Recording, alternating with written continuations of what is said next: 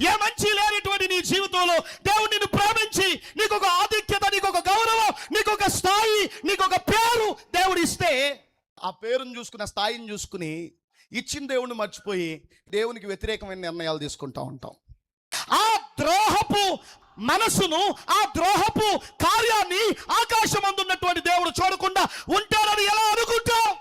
అందుకనే భార్య చేత ప్రేరేపింపబడినటువంటి ఆహాబు దేవుని ఎదుట చేయకూడని తప్పులు చేశాడు. అంటే భార్య ఆహాబుతో తప్పులు చేయించింది. అమ్మా, దేవుని చిత్తమునకు విరుద్ధమైన తప్పులు మీ పిల్లలు మీతో చేయిస్తున్నారేమో జాగ్రత్త. భర్తలు, మీ భార్యలు దేవునికి ఇష్టం లేని పనులు చేయటానికి మిమ్మల్ని పురికొల్పుతున్నారేమో జాగ్రత్త. పిల్లలు, మీ తల్లిదండ్రులు దేవునికి ఇష్టం లేని పనులు చేయడానికి మిమ్మల్ని ఉసిగొలుపుతున్నారేమో జాగ్రత్త. దేవుని చిత్తం నెరవేర్చడానికి భవబాంధవ్యాలన్నిటినీ ప్రక్కన పెట్టి దైవ చిత్తం కోసం బ్రతికేవాడే ధన్యుడో. ఎందుకో చెప్పనా? కుటుంబాన్ని ఎంతో ప్రేమించినటువంటి యోసేపును కుటుంబం అవమానించి రోడ్డు మీద పడేసి గోతులో త్రోసేసి మనుషులకి అమ్మేసి దాసుడిగా పంపించేస్తే నమ్మిన దేవుడు యోసేపును సింహాసనానికి తీసుకుని వెళ్ళాడు.